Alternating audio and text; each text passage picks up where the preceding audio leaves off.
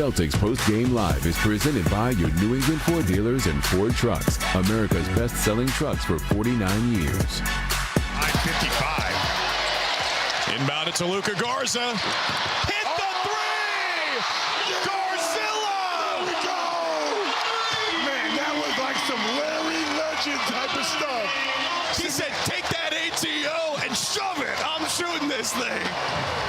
Luka Garza with a game winner in Game 82, a game that the Celtics, everyone else across the league is looking at and saying they've got no reason to win this game except the Stay Ready group. Without the top 8 players in their rotation, they were ready for the task tonight. They beat the Orlando Magic 113-108, changes the landscape as far as the playoffs go for some of those seedings, 5 through 8. We'll get through that in just a little bit. But Tom Giles, Chris Forsberg, Eddie House. Eddie, I'll start with you.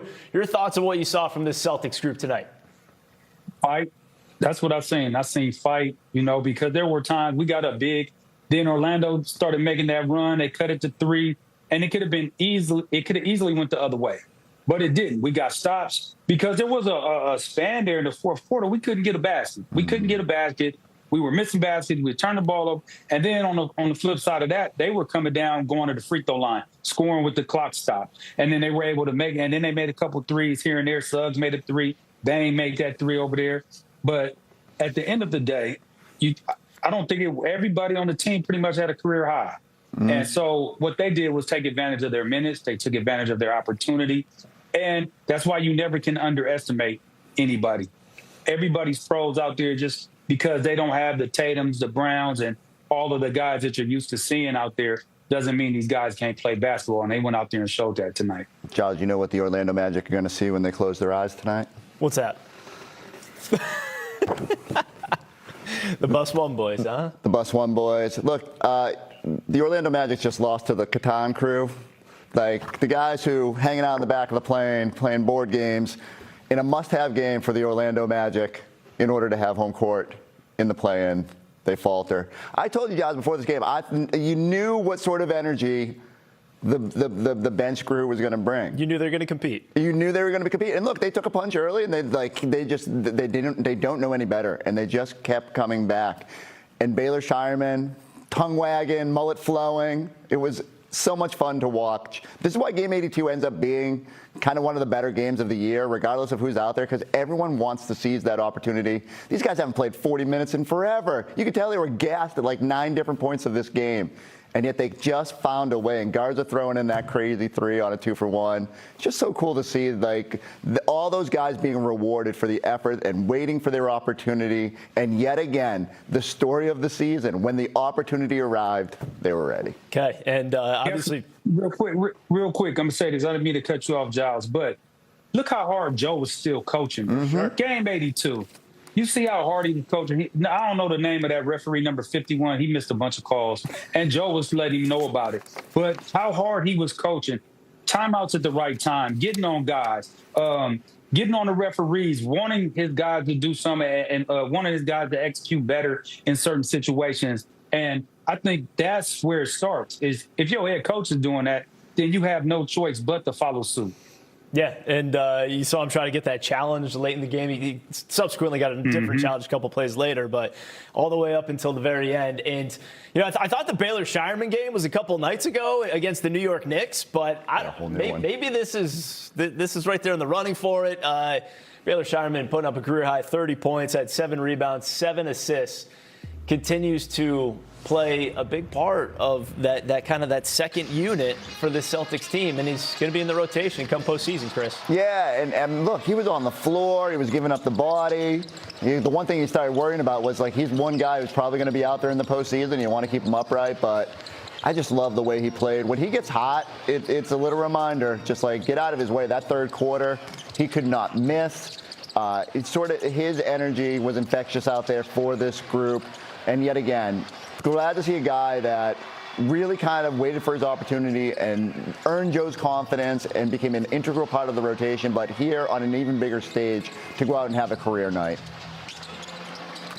Looking at it in this light as well, I thought that Baylor Scheierman was probably not going to play because at the beginning, before we found out anything, that he wasn't going to be playing because he has been in the rotation.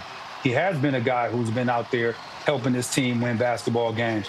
But I think it was part of Joe's plan to put him out there, knowing that Orlando's going to be doing everything that they can do to try to win and try to get that 6th seed. So now he's in heavy competition, and he's the focal point of the team. He's the guy that's going to be making decisions with the basketball in his hands. He's going to be the guy that is going to be having to score. He's going to be the guy that's rebounding. He's going to be having to guard some of the better players on their team, if not the best player on their team, if he can match up with them. So I also think this was calculated by Joe at the same time. And, you know, Baylor has had it been, he's been rocking for what about a week now?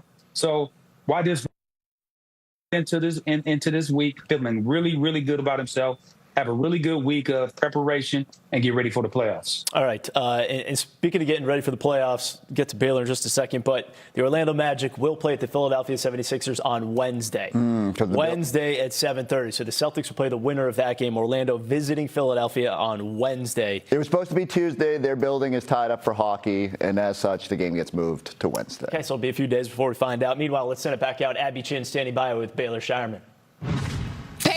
You told me in New York that you were a gamer. I believed you, but this was incredible. What did you guys just do? I mean, we just played Celtic basketball. We played really hard.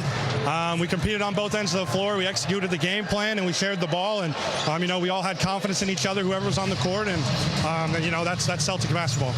That last ATO that Luka hit the game winner on, what was going through your mind? And were you supposed to get the ball in the first pass? No, the play was for Luka. I mean, that's not how it was drawn up. It just happened to get in his hands, and honestly, that was a tough shot. So credit to him for hitting it. What is it about this team, no matter who is out there on the floor, that you are able to play to that standard, and that standard is winning basketball? Yeah, I mean, that just comes from the top down. You know, every game we step out on the court, we're expected to win, and we carry that with us. And, you know, that was no different tonight. We just came out and executed. Finally, 4 guys, including yourself, had career highs tonight. Joe tells us all the time, 1 through 17 is going to impact winning on this team. But what does this kind of game and this kind of win do for that Stay Ready group? Yeah, I mean, obviously it's a credit to, you know, all the guys that played tonight that, you know, made big-time plays. I think it's a credit to the work that we put in, the confidence we have in each other. And, you know, any given night, we're all expected to, you know, make an impact, and that's what we do. Baylor, thank you. Congrats. 2 big thumbs up to you. Thank you. Bye. All right, thanks, Abby. Meanwhile, we got Drew and Scal standing by on the floor at TD Garden. Pretty exciting game 82 here, fellas, as the Celtics send Orlando to Philadelphia. Your thoughts?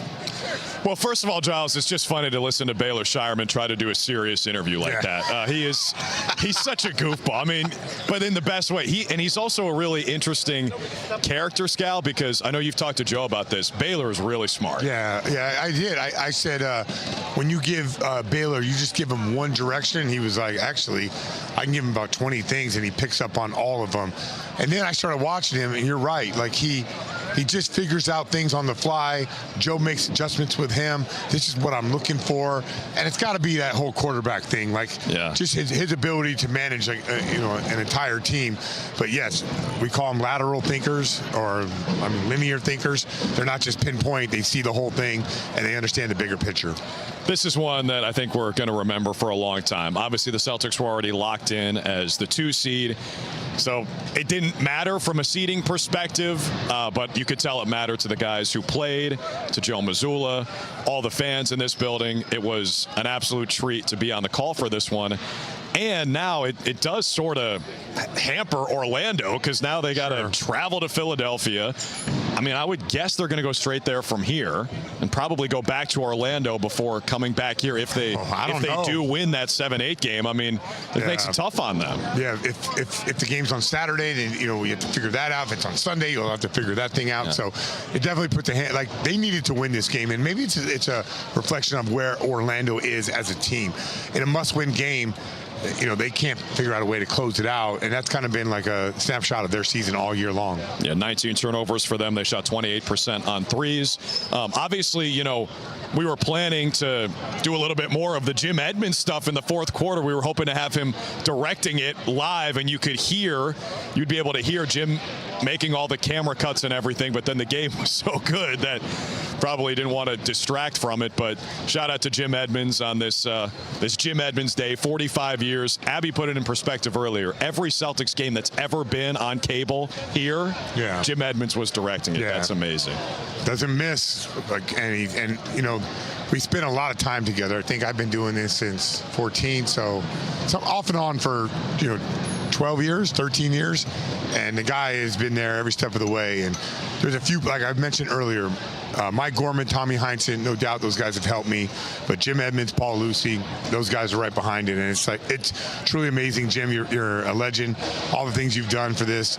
And people here wouldn't enjoy the broadcast. And we know as much as these people do if it wasn't for the stuff that you do.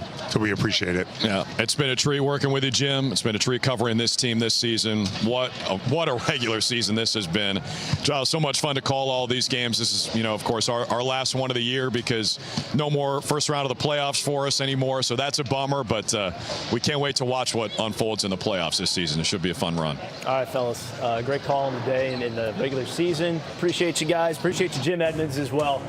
And what a great game for him to have for his final game here in the regular season. Celtics with a comeback win over the Orlando Magic after trailing by 9 at the half. Sees upset Orlando 113-108. Your final score 56-26. Their overall record. Quick break. We're back with more here on Celtics Postgame Live. Celtics Postgame Live is presented by your New England Ford dealers and Ford Trucks, America's best-selling trucks for 49 years.